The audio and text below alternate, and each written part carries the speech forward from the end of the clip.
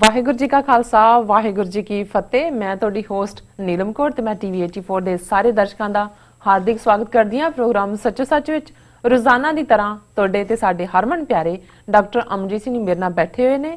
ਆਓ ਉਹਨਾਂ ਨਾਲ ਮਿਲ ਕੇ ਪ੍ਰੋਗਰਾਮ ਸ਼ੁਰੂ ਕਰਦੇ ਹਾਂ। ਜੀ ਡਾਕਟਰ ਸਾਹਿਬ, welcome to our show. Thank you so much. ਜੀ ਡਾਕਟਰ ਸਾਹਿਬ, ਅੱਜ 7 ਅਪ੍ਰੈਲ 2015 25 ਚੇਤ ਨਾਨਕਸ਼ਾਹੀ ਸੰਮਤ 547 ਦਾ ਦਿਨ ਹੈ ਤੇ ਪ੍ਰੋਗਰਾਮ ਦੇ ਸ਼ੁਰੂ ਵਿੱਚ ਜੀ ਡਾਕਟਰ ਸਾਹਿਬ ਤੁਸੀਂ ਅੱਜ ਕਿਹੜੀ ਅਹਿਮ ਘਟਨਾ ਸਾਡੇ ਦਰਸ਼ਕਾਂ ਨਾਲ ਸਾਂਝੀ ਕਰਨ ਜਾ ਰਹੇ ਹੋ? ਦੇਖੋ, ਪਿਛਲੇ ਕਈ ਦਿਨਾਂ ਤੋਂ ਹੀ ਜਦੋਂ ਤੋਂ ਮਹਾਰਾਸ਼ਟਰ ਸਰਕਾਰ ਨੇ, ਹਰਿਆਣਾ ਸਰਕਾਰ ਨੇ ਗਊ ਵੱਧ ਜਾਂ ਸਾਰੀ ਕੌ ਫੈਮਿਲੀ ਦੇ ਉੱਤੇ ਹੀ ਜਿਹੜਾ ਮਾਰਨ ਤੇ ਪਾਬੰਦੀ ਲਾਅ ਬਣਾਏ ਨੇ, ਕਾਫੀ ਚਰਚਾ ਸੋਸ਼ਲ ਮੀਡੀਆ 'ਚ ਵੀ ਹੈ ਔਰ ਪੋਲੀਟੀਕਲ ਪਾਰਟੀਆਂ ਵੱਲੋਂ ਵੀ, ਜਿਵੇਂ ਬੰਗਾਲ ਜਾਂ ਨਾਰਥ ਈਸਟ ਦੀਆਂ ਸਟੇਟਾਂ ਦੇ ਵਿੱਚ ਵਿਰੋਧ ਹੈ। ਕੇਰਲਾ ਦੇ ਵਿੱਚ ਅਸੀਂ ਜ਼ਿਕਰ ਕੀਤਾ ਸੀ ਕਿ ਕਿਵੇਂ ਉੱਥੋਂ ਦੇ ਹਿੰਦੂਆਂ ਮੁਸਲਮਾਨਾਂ ਨੇ ਇਕੱਠੇ ਹੋ ਕੇ ਇੱਕ ਸਮਾਗਮ ਕੀਤਾ ਜਿਹਦੇ 'ਚ ਉਹਨਾਂ ਨੇ ਜਿਹੜਾ ਬੀਫ ਉਹ ਕੁੱਕ ਕੀਤਾ ਔਰ ਇਹ ਕਿਹਾ ਕਿ ਵੀ ਇਹ ਤਾਂ ਸਾਡੀ ਡਾਈਟ ਹੈ।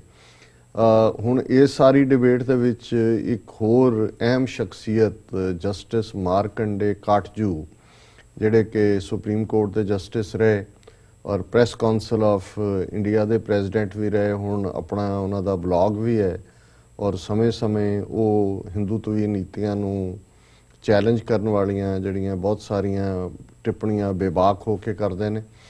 ਔਰ ਇਸ ਦੇ ਨਾਲ ਹੀ ਜਿਹੜਾ ਜਿਸ ਕਿਸਮ ਦਾ ਸਟਰਕਚਰ ਭਾਰਤ ਦੇ ਵਿੱਚ ਭਾਵੇਂ ਗਾਂਧੀ ਨੂੰ ਲੈ ਕੇ ਸੀ, ਗਾਂਧੀ ਨੂੰ ਉਹਨਾਂ ਨੇ ਬੜੀ ਬੇਬਾਕੀ ਦੇ ਨਾਲ ਕਿਹਾ ਕਿ ਵੀ ਇਹ ਤਾਂ ਬ੍ਰਿਟਿਸ਼ ਏਜੰਟ ਸੀ ਜੀ, ਔਰ ਉਸ ਨੂੰ ਚੇਚਾ ਇਸ ਗੱਲ ਦੇ ਲਈ ਲਿਆਂਦਾ ਗਿਆ ਤਾਂ ਕਿ ਜੈਨੂਇਨ ਲੀਡਰਸ਼ਿਪ ਜਿਹੜੀ ਕਿ ਉੱਭਰ ਰਹੀ ਸੀ, ਖਾਸ ਤੌਰ ਤੇ ਸ਼ਹੀਦ ਭਗਤ ਸਿੰਘ ਔਰ ਦੂਸਰਿਆਂ ਦੇ ਉਹਨੇ ਨਾਮ ਲਏ ਉਸ ਦੌਰ ਦੇ ਰੈਵੋਲੂਸ਼ਨਰੀਜ਼ ਦੇ, ਉਹਨਾਂ ਨੂੰ ਸੁਪਰੈਸ ਕਰਨ ਦੇ ਲਈ ਜਿਹੜਾ ਗਾਂਧੀ ਨੂੰ ਖੜਾ ਕੀਤਾ ਗਿਆ। ਉਹ ਕਾਫੀ ਇਸ ਕਰਕੇ ਵੀ ਵਿਵਾਦ ਦੇ ਵਿੱਚ ਰਹੇ, ਲੇਕਿਨ ਉਹ ਆਪਣੇ ਸਟਿਕ ਦੇ ਉੱਤੇ, ਆਪਣੇ ਸਟੈਂਡ ਦੇ ਉੱਤੇ ਸਟਿਕ ਕੀਤੇ। ਇਸੇ ਤਰ੍ਹਾਂ ਈਵਨ ਜਿਹੜੇ ਕਦੇ ਗਾਂਧੀ ਨੂੰ ਅਪੋਜ਼ ਕਰਦੇ ਨੇ ਉਹ ਸੁਭਾਸ਼ ਚੰਦਰ ਬੋਸ ਨੂੰ ਐਡਮਾਇਰ ਕਰਨਗੇ, INA, ਆਜ਼ਾਦ ਹਿੰਦ ਫੌਜ ਜਾਂ ਸੁਭਾਸ਼ ਚੰਦਰ ਬੋਸ ਦੇ ਬਹੁਤ ਕਾਬਲ ਹੋਣ ਨੂੰ ਜੀ। ਲੇਕਿਨ ਜੇ ਇੱਕ ਦਿਨ ਕਾਟਜੂ ਨੇ ਗਾਂਧੀ ਨੂੰ ਬ੍ਰਿਟਿਸ਼ ਏਜੰਟ ਦੱਸਿਆ ਤੇ ਅਗਲੀ ਲਿਖਤ ਦੇ ਵਿੱਚ ਈਵਨ ਉਹਨਾਂ ਨੇ ਸੁਭਾਸ਼ ਚੰਦਰ ਬੋਸ ਬਾਰੇ ਵੀ ਕਿਹਾ ਵੀ ਉਹ ਜਾਪਾਨੀਆਂ ਦੇ ਏਜੰਟ ਸੀ। ਹਾਲਾਂਕਿ ਗੱਲ ਗਲਤ ਨਹੀਂ ਹੈ, ਪਰ ਮੈਂ ਸਮਝਦਾ ਵੀ ਉੱਥੋਂ ਦੇ ਸਿਸਟਮ 'ਚ ਰਹਿੰਦੇ ਆ, ਜੇ ਇਸ ਕਿਸਮ ਦਾ ਹਾਇਰ ਸਟੇਚਰ ਬੰਦਾ ਨਾ ਹੁੰਦਾ ਕਾਟਜੂ ਔਰ ਇਮਾਨਦਾਰ ਵੀ ਹੋਏਗਾ ਔਰ ਇਹੀ ਜਿਹੜਾ ਇੱਕ ਉਸ ਸਿਸਟਮ 'ਚ ਰਹਿੰਦੇ ਆ ਇੰਨੇ ਕਰੇਜ ਨਾਲ ਗੱਲ ਕਰਨੀ ਇਹ ਸੌਖੀ ਨਹੀਂ ਹੈ। ਔਰ ਹੁਣ ਮੈਂ ਦੇਖਦਾ ਵੀ ਜਿਹੜੀ ਗਊ ਮਾਸ ਨਾਲ ਰਿਲੇਟਡ ਔਰ ਕਾਟਜੂ ਜ਼ਾਹਰ ਹੈ ਮਾਰਕੰਡੇ ਕਾਟਜੂ ਕਸ਼ਮੀਰੀ ਬ੍ਰਾਹਮਣ ਹੈ, ਕਸ਼ਮੀਰੀ ਓਰੀਜਨ ਹੈ। ਹਾਲਾਂਕਿ ਮੈਂ ਬਾਅਦ 'ਚ ਗੱਲ ਕਰਾਂਗਾ ਕਿ ਕਸ਼ਮੀਰ 'ਚ ਜਿਹੜੇ ਇਸ ਕਿਸਮ ਦੇ ਰਹੇ ਨੇ ਉਹਨਾਂ ਦਾ ਗਊ ਮਾਸ ਬਾਰੇ ਜਾਂ ਅਦਰਵਾਈਜ਼ ਹਲਾਲ ਬਾਰੇ ਕੀ ਸਟੈਂਡ ਰਿਹਾ ਇੱਕ ਪਰਸਨਲ ਜਿਹੜੀ ਜਾਣਕਾਰੀ ਤੋਂ। ਲੇਕਿਨ ਪਹਿਲਾਂ ਅਸੀਂ 5 ਰੀਜ਼ਨ ਜਿਹੜੇ ਜਸਟਿਸ ਕਾਟਜੂ ਨੇ ਦਿੱਤੇ ਨੇ ਕਿ ਕਿਉਂ ਜਿਹੜਾ ਗਊ ਵੱਧ ਦੇ ਉੱਤੇ ਪਾਬੰਦੀ ਨਹੀਂ ਹੋਣੀ ਚਾਹੀਦੀ, ਔਰ ਇਹ ਸਾਰੀ ਵਿਚਾਰ ਤੋਂ ਪਹਿਲਾਂ ਅਸੀਂ ਸਪਸ਼ਟ ਕਰ ਦਈਏ ਵੀ ਇਹ ਅਸੀਂ ਫॉर ਡਿਸਕਸ਼ਨ ਸੇਕ ਇਸ ਇਸ਼ੂਜ਼ ਨੂੰ ਲੈਂਦੇ। ਇਸ ਬਾਰੇ ਕਿਸੇ ਦਾ ਵੀ ਇੰਡੀਵਿਜੂਅਲ ਓਪੀਨੀਅਨ ਹੋ ਸਕਦਾ ਹੈ, ਕੋਈ ਕਿਵੇਂ ਸੋਚਦਾ ਹੈ, ਪਰ ਅਸੀਂ ਸਮਝਦੇ ਹਾਂ ਵੀ ਜਿਸ ਤਰੀਕੇ ਦੇ ਨਾਲ ਸੰਸਕ੍ਰਿਤ ਜ਼ਬਾਨ ਹੋਏ, ਗੀਤਾ ਐਜ਼ ਏ ਗ੍ਰੰਥ ਹੋਏ ਔਰ ਹੁਣ ਗਊ ਦੀ ਸਾਰੀ ਫੈਮਿਲੀ ਨੂੰ ਪੂਜਨੀਕ ਬਣਾ ਕੇ ਇਹ 1000 ਸਾਲ ਬਾਅਦ ਆਪ ਹੀ ਕਹਿੰਦੇ ਨੇ ਜੀ ਸਾਡੇ ਹੱਥ 'ਚ ਪਾਵਰ ਆਈ ਹੈ, ਹੁਣ ਹਰ ਇੱਕ ਨੂੰ ਹਿੰਦੂ ਬਣਾਵਾਂਗੇ। ਸੋ ਉਸ ਦੇ ਲਈ ਇਹ ਗੱਲ ਬੜੀ ਇੰਪੋਰਟੈਂਟ ਹੈ, ਇਹ ਸਾਰੇ ਜਿਹੜਾ ਉਹਨਾਂ ਦਾ ਏਜੰਡਾ ਹੈ ਕਿ ਜਦੋਂ ਕੋਈ ਇਨਸਾਈਡਰ ਇਹਨਾਂ ਦੇ ਵਿੱਚੋਂ ਜਿਹੜਾ ਕੋਈ ਚੈਲੰਜ ਕਰਦਾ ਹੈ ਇਸ ਕਿਸਮ ਦੀ ਕਿਸੇ ਗੱਲ ਨੂੰ, ਜਿਵੇਂ ਜਿਹੜੀ ਇਹਨਾਂ ਨੇ ਇਵੇਂ ਬਣਾਈ ਹੋਈ ਹੈ ਕਿ ਜਿਵੇਂ ਇਹ ਪੱਥਰ ਤੇ ਲਕੀਰ ਹੈ, ਕਿ ਜਿਵੇਂ ਇਹ ਇੱਕ ਇਟਰਨਲ ਟਰੂਥ ਹੈ ਜਾਂ ਸਾਰੀ ਹਿਸਟੋਰੀਕਲ ਟਰੂਥ ਹੈ।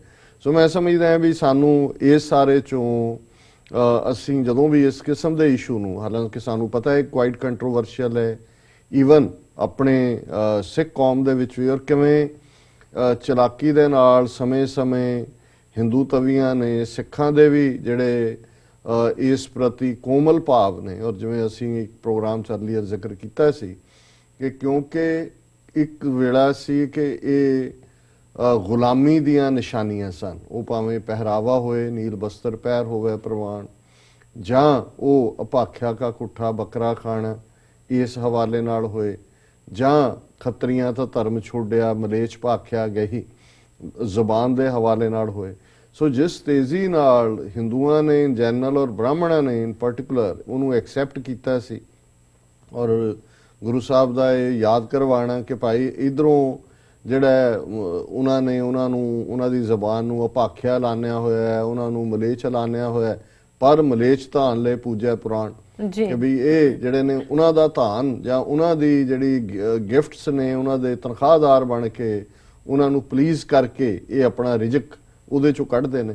ਸੋ ਇਸ ਹਿਪੋਕ੍ਰੇਸੀ ਦੰਭ ਨੂੰ ਗੁਰੂ ਸਾਹਿਬ ਨੇ ਐਕਸਪੋਜ਼ ਕੀਤਾ ਸੀ, ਔਰ ਇਸੇ ਨੂੰ ਹੀ 10ਵੇਂ ਪਾਤਸ਼ਾਹ ਨੇ ਜਦੋਂ ਖਾਲਸੇ ਨੂੰ ਜਿਹੜਾ ਉਹ ਚਾਰ ਕਰੈਤਾਂ ਤੋਂ ਬਚਣ ਦੇ ਲਈ ਕਿਹਾ, ਤੇ ਇਹ ਜਿਹੜਾ ਕੁੱਠਾ ਜਾਂ ਹਲਾਲ ਇਸ ਦੇ ਨਾਲ ਜੁੜੀ ਹੋਈ ਗੱਲ ਸੀ। ਪਹਿਲੀ ਗੱਲ ਇਹ ਉਸ ਸਲੇਵਰੀ ਨੂੰ ਕੱਟਣਾ ਸੀ, ਉਸ ਗੁਲਾਮੀ ਨੂੰ ਤੋੜਨਾ ਸੀ, ਕਿ ਜਿਹੜਾ ਇੱਕ ਡਰ ਦੇ ਥੱਲੇ ਲੋਕ ਜਿਹੜੇ ਨੇ ਫੋਰਸੀਬਲੀ ਉਸ ਡਰ ਦੇ ਥੱਲੇ ਆਪਣੀ ਖੁਰਾਕ ਜਾਂ ਪਹਿਰਾਵਾ ਜਾਂ ਜ਼ਬਾਨ ਜਿਹੜੀ ਹੈ ਈਦਰ ਡਰ ਜਾਂ ਖੁਸ਼ਾਮਦ ਉਸ ਨੂੰ ਇਸਤੇਮਾਲ ਕਰਦੇ ਸਨ। ਔਰ ਇਹੀ ਕਾਰਨ ਸੀ ਕਿ ਫਿਰ ਡਿਊਰਿੰਗ ਦਾ ਸਿੱਖ ਰੂਲ, ਸਿੱਖ ਰਾਜ ਵੇਲੇ, ਕਿਉਂਕਿ ਇੱਕ ਜ਼ਬਰ ਦੀ ਨਿਸ਼ਾਨੀ ਬਣ ਗਿਆ ਸੀ। ਔਰ ਇਹ ਉਦੋਂ ਦਾ ਹੀ ਨਹੀਂ, ਅਸੀਂ 1940 ਚ ਜਦੋਂ ਦੇਖਦੇ ਹਾਂ ਕਿ ਸਰ ਸਿਕੰਦਰ ਹਯਾਤ ਖਾਨ ਟਿਵਾਣਾ ਦੀ ਯੂਨੀਅਨਿਸਟ ਗਵਰਨਮੈਂਟ ਦੇ ਵਿੱਚ ਅਕਾਲੀ ਦਲ ਸ਼ਾਮਲ ਹੋਇਆ, ਤੇ ਉਸ ਵੇਲੇ ਵੀ ਈਵਨ ਪੰਜਾਬ ਦੇ ਵਿੱਚ ਕੁਝ ਐਸੇ ਏਰੀਏ ਸਨ ਜਿੱਥੇ ਕਿ ਝਟਕੇ ਦੀ ਆਗਿਆ ਨਹੀਂ ਸੀ, ਔਰ ਜੇ ਕਿਤੇ ਹੁੰਦਾ ਸੀ ਤਾਂ ਫਸਾਦ ਹੋ ਜਾਂਦੇ ਸੀ, ਉਹ ਕਰਨ ਨਹੀਂ ਸੀ ਦਿੰਦੇ। ਕਈ ਥਾਵਾਂ ਦੇ ਉੱਤੇ ਇਸ ਕਿਸਮ ਦੇ ਹੋਸਟਲ ਸਨ ਵਿਦਿਆਰਥੀਆਂ ਦੇ, ਜਿੱਥੇ ਜਿਹੜਾ ਸਿਰਫ ਜਿਹੜਾ ਉਹ ਹਲਾਲ ਮੀਟ ਮਿਲਦਾ ਸੀ।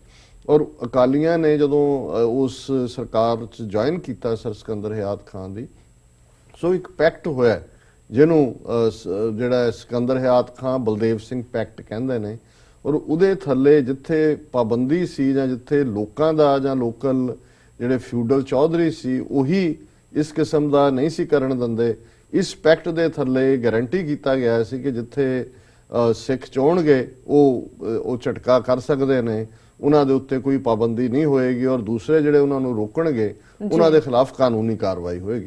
ਸੋ ਅਸੀਂ ਇਸ ਡਿਬੇਟ 'ਚ ਇਸ ਲਈ ਨਹੀਂ ਪੈਂਦੇ ਕਿ ਵੀ ਇਹ ਇੱਕ ਟੋਟਲੀ ਵੱਖਰਾ ਵਿਸ਼ਾ ਡਿਬੇਟ ਕਰਦਾ, ਪਰ ਇਹ ਹਿਸਟੋਰੀਕਲ ਕੰਟੈਕਸਟ ਸਮਝਣਾ ਬੜਾ ਜ਼ਰੂਰੀ ਹੈ ਕਿ ਜਿੱਥੇ ਕਿਸੇ ਗੱਲ ਨੂੰ ਵੀ ਲੈ ਕੇ ਜ਼ਬਰ ਹੁੰਦਾ, ਉਹ ਭਾਵੇਂ ਈਦਰ ਵੇ ਹੋਏ, ਉਹ ਖੁਰਾਕ ਦੇ ਹਵਾਲੇ ਨਾਲ, ਬੋਲੀ ਦੇ ਜਾਂ ਪਹਿਰਾਵੇ ਦੇ। ਸੋ ਸਿੱਖ ਦਾ ਕੰਮ ਜ਼ੁਲਮ ਦੇ ਖਿਲਾਫ ਖਲੋਣਾ।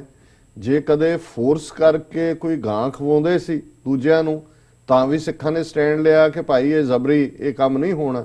ਤੇ ਜੇ ਅੱਜ ਹਿੰਦੂ ਤਵੀਆਂ ਨੇ ਜ਼ਬਰੀ ਮਿੱਥਿਆ ਹੋਇਆ ਵੀ ਕਿਸੇ ਤਬਕੇ ਨੂੰ, ਕਿਸੇ ਲੋਕਾਂ ਨੂੰ, ਜਾਂ ਜਿਵੇਂ ਨਾਰਥ ਈਸਟ ਦੇ ਲੋਕ ਨੇ ਜਾਂ ਮੁਸਲਮਾਨ ਨੇ, ਈਸਾਈ ਨੇ, ਉਹਨਾਂ ਦਾ ਜੇ ਇਸ ਕਿਸਮ ਦੀ ਗੱਲ ਹੁੰਦੀ ਤੇ ਕਨਸਟੀਟਿਊਸ਼ਨ ਦੇ ਵਿੱਚ ਇਹ ਹੁੰਦਾ ਕਿ ਜੀ ਇਹ ਗਾਂ ਬੜੀ ਪਵਿੱਤਰ ਹੈ ਤੇ ਉਹਦੇ ਫੰਡਾਮੈਂਟਲ ਪ੍ਰਿੰਸੀਪਲਸ ਦੇ ਵਿੱਚ ਲਿਖਿਆ ਹੁੰਦਾ ਜੀ। ਔਰ ਮੈਂ ਇਸ ਜਸਟਿਸ ਕਾਟਜੂ ਦੀ ਗੱਲਬਾਤ ਤੋਂ ਬਾਅਦ ਕੁਝ ਰਿਸਰਚ ਜਿਹੜੀ ਡਾਕਟਰ BR ਅੰਬੇਦਕਰ ਜਿਨ੍ਹਾਂ ਨੇ ਕਿ ਸੰਵਿਧਾਨ ਲਿਖਿਆ, ਉਹਨਾਂ ਨੇ ਕਿਵੇਂ ਰਿਗਵੇਦ ਔਰ ਦੂਸਰਿਆਂ ਚੋਂ ਕੋਟ ਕੀਤਾ ਹੋਇਆ, ਹਾਲਾਂਕਿ ਉਹ ਹਿੰਦੀ BBC ਸਰਵਿਸ 'ਚ ਹੈ, ਮੈਂ ਉਸ ਦਾ ਦੂਸਰੇ ਦੇਖ ਰਿਹਾ ਸੀ, ਮੈਨੂੰ ਉਹ ਸੋਰਸ ਨਹੀਂ ਮਿਲਿਆ, ਲੇਕਿਨ ਇਹ ਇੱਕ ਹਕੀਕਤ ਹੈ ਕਿ ਜੇ ਭਾਰਤੀ ਕਨਸਟੀਟਿਊਸ਼ਨ ਵਾਲਿਆਂ ਨੇ ਵੀ ਉਹਨਾਂ ਨੇ ਜੇ ਇਸ ਗੱਲ ਨੂੰ ਪਹਿਲਾਂ ਇਹ ਦੇਖਿਆ ਹੁੰਦਾ ਕਿ ਜੇ ਇੰਨਾ ਇੰਪੋਰਟੈਂਟ ਹੈ ਤਾਂ ਉਹਨੂੰ ਰਾਸ਼ਟਰੀ ਪਸ਼ੂ ਐਲਾਨ ਦਿੰਦੇ ਜੀ।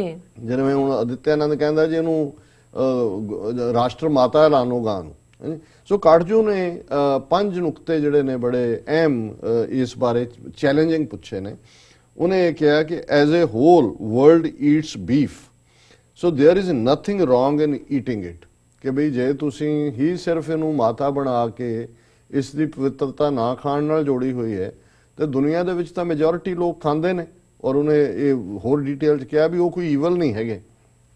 ਜੇ ਉਹ ਈਵਲ ਨਹੀਂ ਨੇ ਤੇ ਫਿਰ ਇਹ ਤੁਹਾਡਾ ਜਿਹੜਾ ਆਰਗੂਮੈਂਟ ਹੈ ਕਿਵੇਂ ਹੋਲਡ ਕਰਦਾ ਵੀ ਤੁਸੀਂ 1 ਬਿਲੀਅਨ 300 ਮਿਲੀਅਨ ਲੋਕਾਂ ਦੇ ਉੱਤੇ ਡੰਡੇ ਦੇ ਨਾਲ ਇਹ ਪਾਬੰਦੀ ਆਇਤ ਕਰੋ ਜੀ। ਫਿਰ ਨੰਬਰ 2 ਤੇ ਉਹਨਾਂ ਨੇ ਕਿਹਾ citing examples of north eastern states of Nagaland, Mizoram, Tripura where selling and eating beef is not a crime.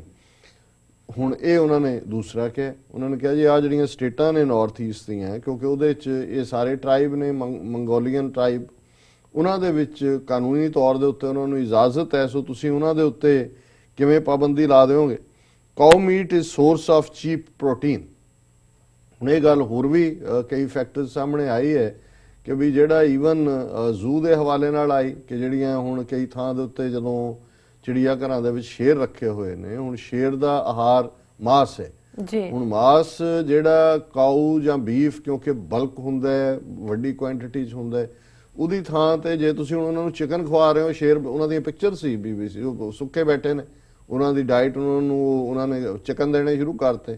ਜਾਂ ਇਹਦਾ ਅਦਰਵਾਈਜ਼ ਇਫੈਕਟ ਕੀ ਹੈ ਜਦੋਂ ਤੁਸੀਂ ਡਾਈਟ ਦੇ ਹਵਾਲੇ ਨਾਲ ਦੇਖਦੇ ਹੋ, ਜਿਹੜੇ ਜੰਗਲੀ ਟ੍ਰਾਈਬ ਨੇ ਬਹੁਤ ਸਾਰੇ, ਇਹ ਜਦੋਂ ਕਿਸੇ ਜੰਗਲੀ ਇਵਨ ਹਾਥੀ ਨੂੰ ਵੀ ਮਾਰਦੇ ਨੇ, ਭਾਵੇਂ ਹਾਥੀ ਦਾ ਨੂੰ ਮਾਰਨਾ ਜਿਹੜਾ ਇਲੀਗਲ ਹੈ, ਤੇ ਇਹ ਹੁੰਦਾ ਵੀ ਉਹਨਾਂ ਕੋਲ ਹੋਰ ਤਾਂ ਸਾਧਨ ਨਹੀਂ ਨੇ, ਉਹ ਫਿਰ ਉਹਨਾਂ ਲਈ ਮਹੀਨਿਆਂ ਬੱਧੀ ਉਹਨਾਂ ਦੇ ਅਲੱਗ-ਅਲੱਗ ਟ੍ਰਾਈਬ ਨੂੰ ਵੰਡ ਲੈਂਦੇ ਨੇ, ਮਹੀਨਿਆਂ ਬੱਧੀ ਉਹਨਾਂ ਦਾ ਇਹ ਆਹਾਰ ਦਾ ਸੋਰਸ ਹੁੰਦਾ। ਸੋ ਇਸੇ ਤਰ੍ਹਾਂ ਜਿਹੜੇ ਜਾਨਵਰ ਨੇ ਉਸ ਪ੍ਰਥਾਏ ਵੀ ਅਸੀਂ ਆਪਣੇ ਸਿਧਾਂਤ 'ਚ ਦੇਖਦੇ ਹਾਂ ਕਿ ਵੀ ਜਾਨਵਰਾਂ ਦਾ ਆਹਾਰ ਤਾਂ ਜਾਨਵਰ ਹੈ, ਜੀਵਾਂ ਦਾ ਆਹਾਰ ਜੀਵ ਹੈ। ਵੱਡਾ ਜੀਵ ਛੋਟੇ ਨੂੰ ਮਾਰਦਾ, ਉਹ ਉਸਦੀ ਡਾਈਟ ਹੈ, ਉਹ ਕੋਈ ਸ਼ਿਕਾਰ ਲਈ ਜਾਂ ਖੁਸ਼ੀ ਲਈ ਨਹੀਂ ਮਾਰਦਾ, ਉਹ ਉਹਦਾ ਫੂਡ ਹੈ। ਸੋ ਔਰ ਉਹਦੇ 'ਚ ਕਿਉਂਕਿ ਜਿਹੜੇ ਆਮ ਲੋਕਾਂ ਲਈ ਤਾਂ ਕੋਈ ਐਕਸਟਰਾ ਦੁੱਧ, ਦਹੀਂ, ਦੂਸਰੀਆਂ ਚੀਜ਼ਾਂ, ਪਨੀਰ ਜਿਹੜੀਆਂ ਅੱਛਾ ਸੋਰਸ ਹੈ ਪ੍ਰੋਟੀਨ ਦਾ, ਉਹ ਨਹੀਂ ਨੇ। ਸੋ ਕਾਮਨ ਜਿਹੜੇ ਇਸ ਕਿਸਮ ਦੇ ਗਰੀਬ ਲੋਕ ਨੇ, ਔਰ ਉਹਨਾਂ 'ਚ ਵੱਡਾ ਦਲਿਤ ਭਾਈਚਾਰਾ ਵੀ ਹੈ ਜਿਹਦੇ 'ਚ ਕੋਈ ਧਰਮ ਦੀ ਪਾਬੰਦੀ ਨਹੀਂ ਹੈ। ਹਿੰਦੂ ਔਰ ਮੁਸਲਮਾਨ ਤਮਿਲਨਾਡੂ ਹੋਏ, ਕੇਰਲਾ ਹੋਏ, ਨਾਰਥ ਈਸਟ ਹੋਏ, ਉਹਨਾਂ ਦੇ ਆਹਾਰ ਦਾ ਹਿੱਸਾ ਰਿਹਾ ਸਦੀਆਂ ਤੋਂ ਰਹੇ ਜੀ। ਸੋ ਦੈਨ ਨੰਬਰ 3 ਪੁਆਇੰਟ ਉਹਨੇ ਕਾਟਜੂ ਨੇ ਕਿਹਾ, Katju sad that he has eaten beef but normally avoided to respect sentiments of my family members as they are conservative Hindus। ਉਹਨੇ ਕਿਹਾ ਜੀ ਮੈਂ ਵੀ ਖਾਂਦਾ, ਪਰ ਮੈਂ ਮੇਰੇ ਕਿਉਂਕਿ ਜਿਹੜੇ ਪਰਿਵਾਰ ਦੇ ਮੈਂਬਰ ਨੇ ਉਹ ਬੜੇ ਸ਼ਰਧਾਲੂ ਔਰ ਪਰੰਪਰਾਗਤ ਹਿੰਦੂ ਨੇ, ਉਹਨਾਂ ਦੇ ਜਜ਼ਬਾਤਾਂ ਨੂੰ ਮੁੱਖ ਰੱਖਦੇ ਆ, ਮੈਂ ਨਹੀਂ ਖਾਂਦਾ। ਔਰ ਅਸੀਂ ਵੀ ਜਦੋਂ ਸਿੱਖਾਂ ਦੇ ਹਵਾਲੇ ਨਾਲ ਇਹ ਗੱਲ ਕਰਦੇ ਹਾਂ ਕਿ ਅਸੀਂ ਵੀ ਇਸ ਲਈ ਨਹੀਂ, ਕੋਈ ਗੁਰੂ ਗ੍ਰੰਥ ਸਾਹਿਬ 'ਚ ਕੋਈ ਇੱਕ ਕੋਟ ਵੀ ਨਹੀਂ ਹੈ ਕੋਈ ਕਰ ਸਕਦਾ ਕਿ ਜੀ ਜਿਹਦੇ 'ਚ ਗਾਂ ਨੂੰ ਕੋਈ ਪਵਿੱਤਰ ਐਨੀਮਲ ਕਿਹਾ ਹੋਏ ਜਾਂ ਉਸ ਦੀ ਪਵਿੱਤਰਤਾ ਦੇ ਉੱਤੇ ਕੋਈ ਸਟੈਂਪ ਲਾਈ ਹੋਏ। ਪਰ ਇਹਦੇ ਬਾਵਜੂਦ ਜੇ ਸਿੱਖਾਂ ਨੇ ਇਸ ਮਾਮਲੇ 'ਚ ਮੈਜੋਰਿਟੀ ਹਿੰਦੂਆਂ ਦੇ ਨਾਲ ਸਟੈਂਡ ਕੀਤਾ, ਇੱਕ ਤਾਂ ਗੁਲਾਮੀ ਦੀ ਗੱਲ ਸੀ ਜਿਹੜੀ ਜ਼ਾਬਰ ਜਿਹੜੇ ਹਾਕਮ ਸੀ ਉਹ ਇਨਫੋਰਸ ਕਰਦੇ ਸੀ, ਸੈਕੰਡਲੀ ਥਰੂ ਆਊਟ ਕਿਉਂਕਿ ਜੇ ਇੰਨੀ ਵੱਡੀ ਕਮਿਊਨਿਟੀ ਤੁਹਾਡੇ ਫੈਲੋ ਨਹੀਂ ਨੇ, ਸੋ ਉਹਨਾਂ ਦੇ ਸੈਂਟੀਮੈਂਟ ਦਾ ਖਿਆਲ ਰੱਖਦੇ ਆ, ਤੁਸੀਂ ਕਹਿੰਦੇ ਹੋ ਜੀ ਠੀਕ ਹੈ ਅਸੀਂ ਵੀ ਇਸ ਨੂੰ ਅਵੋਇਡ ਕਰਦੇ। ਪਰ ਹੁਣ ਜੇ ਤੁਸੀਂ ਇਨ ਕੰਪੈਰੀਜ਼ਨ ਦੇਖੋ, ਹੁਣ ਅੱਜ ਤਾਂ ਇਹ ਹੈ ਕਿ ਵੀ ਸਿੱਖਾਂ ਨੂੰ ਜਦੋਂ ਮਰਜ਼ੀ ਇਸ ਇਸ਼ੂ ਲਈ, ਜਦੋਂ 1992 ਦੇ ਵਿੱਚ ਬੇਅੰਤ ਸਿੰਘ ਦੇ ਵੇਲੇ ਕੋਈ ਇਸ ਕਿਸਮ ਦਾ ਪਲਾਂਟ ਲੱਗਣ ਲੱਗਾ ਸੀ ਤੇ ਉਹ ਨਾਮਧਾਰੀ ਅੱਗੇ ਕਰ ਦਿੱਤੇ ਸੀ ਕਿ ਜੀ ਇਹ ਤਾਂ ਬਿਲਕੁਲ ਗਊ ਪਵਿੱਤਰ ਹੈ ਔਰ ਇਹ ਸਾਰੇ ਦਾ ਉਹਨੂੰ ਬੰਦ ਕਰਵਾ ਦਿੱਤਾ ਸੀ ਜੀ। ਇਸੇ ਤਰ੍ਹਾਂ ਜਦੋਂ ਆਪ ਇਹਨਾਂ ਨੇ ਕੁਝ ਨਹੀਂ ਕਰਨਾ ਹੁੰਦਾ, ਜੇ ਕੋਈ ਜੈਨੂਇਨਲੀ ਗਾਵਾਂ ਨਾ ਵੀ ਹੋਣ, ਮੱਝਾਂ ਜਾਂ ਦੂਜੇ ਵੀ ਜਾ ਰਹੇ ਹੋਣ ਬਾਕੀ ਸਟੇਟਾਂ ਜਿਹਦੇ ਚੋਂ ਫਾਰਮਰਸ ਨੂੰ ਥੋੜੀ ਬਹੁਤ ਹੁੰਦਾ ਹੈ ਜਾਂ ਆਵਾਰਾ ਜਿਹੜਾ ਹੈ ਉਹ ਨੁਕਸਾਨ ਤੋਂ ਬਚਦਾ, ਤੇ ਨਿਹੰਗ ਸਿੰਘਾਂ ਨੂੰ ਅੱਗੇ ਕਰ ਦਿੰਦੇ ਨੇ, ਉਹਨਾਂ ਨੂੰ ਗਊ ਗਰੀਬ ਦੇ ਰਕਸ਼ਕ ਉਦੋਂ ਬਣ ਜਾਂਦੇ ਨੇ। ਪਰ ਇਹੀ ਇਸ਼ੂ ਜਦੋਂ ਸ੍ਰੀ ਅੰਮ੍ਰਿਤਸਰ ਜੀ ਦੇ ਹਵਾਲੇ ਨਾਲ ਅੰਮ੍ਰਿਤਸਰ ਸ਼ਹਿਰ ਨੂੰ ਪਵਿੱਤਰ ਦਰਜਾ ਦੇਣ ਦੀ ਗੱਲ ਆਈ ਔਰ ਇਹ ਮੰਗ ਸੀ ਸਿੱਖਾਂ ਦੀ ਕਿ ਭਾਈ ਇੱਥੇ ਤਮਾਕੂ ਨੋਸ਼ੀ ਔਰ ਦੂਸਰੀ ਬੰਦ ਕਰੋ, ਸ਼ਰਾਬ ਨੋਸ਼ੀ ਦੀ ਵੀ ਨਾਲ ਸੀ, ਪਰ ਉਹਨਾਂ ਨੇ ਨਾਲ ਕਿਹਾ ਜੀ ਨਹੀਂ ਮਾਸ ਵੀ ਨਹੀਂ ਹੋਣਾ ਜੀ। ਪਹਿਲਾਂ ਤਾਂ ਇਹ ਕਿਹਾ ਉਹਨਾਂ ਨੇ ਕਿਹਾ ਜੀ ਸਿੱਖਾਂ ਨੇ ਮਾਸ ਦੇ ਉੱਤੇ ਮੰਨਣਾ ਨਹੀਂ ਹੈਗਾ ਤੇ ਸਾਡਾ ਤਮਾਕੂ ਵਾਲਾ, ਲੇਕਿਨ ਸਿੱਖਾਂ ਨੇ ਕਿਹਾ ਜੀ ਠੀਕ ਹੈ ਅਸੀਂ ਅੰਮ੍ਰਿਤਸਰ ਦੀ ਚਾਰ ਦੀਵਾਰੀ ਚੋਂ ਇਹਨੂੰ ਪਵਿੱਤਰ ਸ਼ਹਿਰ ਦੇ ਥੱਲੇ ਮਾਸ, ਸ਼ਰਾਬ, ਤਮਾਕੂ ਇਹ, ਲੇਕਿਨ ਇੱਕਦਮ ਨਾ ਸਿਰਫ ਉਹਨਾਂ ਨੇ ਵਿਰੋਧ ਕੀਤਾ, ਫਿਰ 8-10 ਹਜ਼ਾਰ ਹਿੰਦੂਆਂ ਨੇ ਅੰਮ੍ਰਿਤਸਰ 'ਚ ਇੱਕ ਭੜਕਾਊ ਜਲੂਸ ਕੱਢਿਆ ਜੀ, ਵੱਡੀਆਂ ਵੱਡੀਆਂ ਡਾਂਗਾਂ ਹੱਥਾਂ 'ਚ ਨੇ, ਉੱਤੇ ਸਿਗਰਟਾਂ ਦੇ ਪੈਕਟ ਬੰਨੇ ਹੋਏ ਨੇ ਕਿ ਸਿਗਰਟ ਬੀੜੀ ਪੀਏਂਗੇ, ਸ਼ਾਨ ਕੇ ਸਾਥ ਜੀਏਂਗੇ ਔਰ ਧੂਆਂ ਛੱਡਦੇ। ਉਹਨਾਂ ਨੇ ਅੰਮ੍ਰਿਤਸਰ ਦੀ ਫਿਜ਼ਾ ਨੂੰ ਹੋਰ ਗੰਦਾ ਕੀਤਾ। ਸੋ ਮਤਲਬ ਹੁਣ ਜਦੋਂ ਅਸੀਂ ਕੰਪੈਰੀਜ਼ਨ ਕਰਦੇ ਹਾਂ, ਕਿਉਂਕਿ ਅਸੀਂ ਸਮਝਦੇ ਹਾਂ ਵੀ ਸਿੱਖਾਂ ਨੂੰ ਆਪਣੇ ਸਿਰਫ ਭਾਵੁਕਤਾ ਦੇ ਜਾਂ ਬਹੁਤ ਵਾਰ ਅਸੀਂ ਕਈ ਵਾਰ ਇੰਨੀ ਧਾਰਮਿਕ ਇੰਟਰਪ੍ਰੀਟੇਸ਼ਨ ਦੇ ਵਿੱਚ ਕੁਝ ਚੀਜ਼ਾਂ ਦੀ ਆਉਂਦੇ ਆ ਕਿ ਜਿਹੜੀਆਂ ਉਸ ਦੀਆਂ ਰਿਐਲਿਟੀਜ਼ ਨੇ ਡੇ ਟੂ ਡੇ ਜ਼ਿੰਦਗੀ 'ਚ, ਔਰ ਜਿਵੇਂ ਅੱਜ ਇਹ ਹਿੰਦੂਤਵਾ ਦਾ ਐਲੀਮੈਂਟ ਜਿਵੇਂ ਬਿਹੇਵ ਕਰ ਰਿਹਾ, ਔਰ ਅਸੀਂ ਹਰ ਈਮੇਲ ਕਦੇ ਸ਼ੇਅਰ ਨਹੀਂ ਕਰਦੇ, ਜੇ ਮੈਂ ਉਹ ਸ਼ੇਅਰ ਕਰਾਂ ਕਿ ਕਿਸ ਤਰੀਕੇ ਨਾਲ ਕਿਵੇਂ ਦਰਜਨਾਂ ਸਾਡੇ ਹਿੰਦੂ ਭਰਾ ਕਿਸ ਕਦਰ ਨਫ਼ਰਤ ਭਰੀਆਂ ਈਮੇਲਸ ਲਿਖਦੇ ਨੇ ਸਿੱਖ ਔਰਤਾਂ ਪ੍ਰਤੀ, ਸਿੱਖਾਂ ਪ੍ਰਤੀ, ਆਉਣ ਵਾਲੇ ਟਾਈਮ 'ਚੋਂ ਸਿੱਖਾਂ ਨੂੰ ਕੀ ਕਰਨਗੇ, ਸਿੱਖ ਵਿਮਨ ਨੂੰ ਕੀ ਕਰਨਗੇ ਜੀ। ਪਰ ਅਸੀਂ ਉਸ ਨੂੰ ਇਹ ਸਮਝਦੇ ਹਾਂ ਕਿ ਵੀ ਚਲੋ ਉਹਨਾਂ ਨੂੰ ਇਸ ਗੱਲ ਦਾ ਇਹ ਲੱਗਦਾ ਹੈ ਕਿ ਵੀ ਇਹ ਸਾਡਾ ਕੰਮ ਕੋਈ, ਜਿਵੇਂ ਡਾਕਟਰ ਅੰਬੇਦਕਰ ਨੇ ਕਿਹਾ ਸੀ ਵੀ ਜਦੋਂ ਇਹਨਾਂ ਨੂੰ ਤਕਲੀਫ ਹੋਏ ਤਾਂ ਸਮਝੋ ਕੋਈ ਘੱਟ ਗਿਣਤੀਆਂ ਦਾ ਭਲਾ ਹੋ ਰਿਹਾ। ਸੋ ਅਸੀਂ ਇਹਦੇ ਬਾਵਜੂਦ ਸਾਡੀ ਇਹ ਕੋਸ਼ਿਸ਼ ਹੁੰਦੀ ਹੈ ਕਿ ਕੋਈ ਵੀ ਜਿਹੜੇ ਧਾਰਮਿਕ ਜਜ਼ਬਾਤ ਨੇ ਉਹ ਹਿੰਦੂ ਹੋਣ, ਮੁਸਲਮਾਨ ਹੋਣ, ਈਸਾਈ ਹੋਣ, ਅਸੀਂ ਉਹਨਾਂ ਚੋਂ ਨਹੀਂ ਹੈ। ਸਾਡੇ ਮਹਾਰਾਜਾ ਰਣਜੀਤ ਸਿੰਘ ਨੇ ਜੇ ਸਿੱਖ ਰਾਜ ਦੇ ਵੇਲੇ ਈਦ ਨੂੰ ਵੀ ਇੱਕ ਸਰਕਾਰੀ ਤੌਰ ਦੇ ਉੱਤੇ ਸੈਲੀਬ੍ਰੇਟ ਕੀਤਾ ਜਾਂਦਾ ਹੈ, ਉਹਨਾਂ ਨੂੰ ਸਹੂਲਤਾਂ ਨੇ, ਦੁਸਹਿਰੇ ਵਾਲਿਆਂ ਨੂੰ ਨੇ, ਦੂਸਰੇ ਪਾਠ ਨੂੰ ਨੇ। ਲੇਕਿਨ ਅਸੀਂ ਅੱਜ ਇਹਨਾਂ ਦਾ ਹਾਲ ਦੇਖੋ ਕਿ ਵੀ ਜੇ ਹੁਣ ਜੀਸਸ ਕ੍ਰਾਈਸਟ ਦਾ ਜਨਮ ਦਿਨ ਕ੍ਰਿਸਮਸ ਵਾਲੇ ਦਿਨ ਇਹਨਾਂ ਨੇ ਕੀ ਕੀਤਾ ਜੀ, ਆਲਮੋਸਟ ਛੁੱਟੀ ਕੈਂਸਲ ਕਰਨ ਵਾਂਗ ਸਟੂਡੈਂਟਸ ਦੇ ਕੰਪੀਟੀਸ਼ਨ ਸ਼ੁਰੂ ਕਰਤੇ। ਗੁੱਡ ਫਰਾਈਡੇ ਸੀ ਪਿਛਲੇ ਫਰਾਈਡੇ, ਉਸ ਦਿਨ ਡਿਨਰ ਰੱਖ ਲਿਆ ਮੋਦੀ ਨੇ ਆਪਣਾ ਔਰ ਜੱਜਾਂ ਨੂੰ ਕੰਮ ਦੇ ਦਿੱਤਾ, ਔਰ ਇੱਕ ਸੁਪਰੀਮ ਕੋਰਟ ਦੇ ਜਸਟਿਸ, ਕ੍ਰਿਸਚੀਅਨ ਜਸਟਿਸ ਨੇ ਇਸ ਦੇ ਉੱਤੇ ਪ੍ਰੋਟੈਸਟ ਵੀ ਕੀਤਾ ਕਿ ਵੀ ਇਹ ਤੁਸੀਂ ਇਸ ਤਰ੍ਹਾਂ ਕਿਉਂ ਕਰ ਰਹੇ ਹੋ। ਸੋ ਮਤਲਬ ਇੱਕ ਪਾਸੇ ਅਸੀਂ ਸਮਝਦੇ ਹਾਂ ਵੀ ਅਸੀਂ ਉਸ ਖਿੱਤੇ ਦੇ ਵਿੱਚ ਹੀ ਨਹੀਂ, ਦੁਨੀਆ ਦੇ ਵਿੱਚ ਹੀ ਅਸੀਂ ਉਹ ਅਪਰੈਸਡ ਕ੍ਰਿਸਚੀਅਨ ਹੋਣ, ਅਪਰੈਸਡ ਮੁਸਲਮਾਨ ਹੋਣ, ਜਾਂ ਜਿਸ ਜ਼ਮਾਨੇ 'ਚ ਹਿੰਦੂ ਅਪਰੈਸਡ ਸੀ ਅਸੀਂ ਉਹਨਾਂ ਦੇ ਹੱਕ ਦੇ ਵਿੱਚ ਵੀ ਖਲੋਤੇ ਸੀ। ਲੇਕਿਨ ਇੱਥੇ ਜਦੋਂ ਅੱਜ ਇਹਨਾਂ ਦੇ ਹੱਥ 'ਚ ਪਾਵਰ ਆਈ ਹੈ, ਇਹ ਸਾਡਾ ਬਿਲਕੁਲ ਮਲੀਆਮੇਟ ਕਰਨ ਤੇ ਤੁਲੇ ਹੋਏ ਨੇ। ਔਰ ਜਿਹੜੀਆਂ ਸਾਡੀਆਂ ਧਾਰਮਿਕ ਭਾਵਨਾਵਾਂ ਨੇ ਅੱਜ ਜਿਵੇਂ ਤਖਤ ਹਜ਼ੂਰ ਸਾਹਿਬ ਦਾ ਜਿਹਨੂੰ ਲਾਇਆ ਮੈਨੇਜਮੈਂਟ ਦਾ ਇੰਚਾਰਜ, ਕਿਸ ਕਿਸਮ ਦਾ ਕ੍ਰਿਮੀਨਲ ਬੰਦਾ ਹੈ ਜੀ, ਜਿਸ ਦੇ ਉਸ ਨੂੰ ਕਿਉਂ ਜਿਹਾ ਉਹਨੂੰ ਐਜ਼ ਏ ਉਹਨਾਂ ਨੇ ਸਿੱਖ ਪ੍ਰੈਜ਼ੈਂਟ ਕੀਤੇ।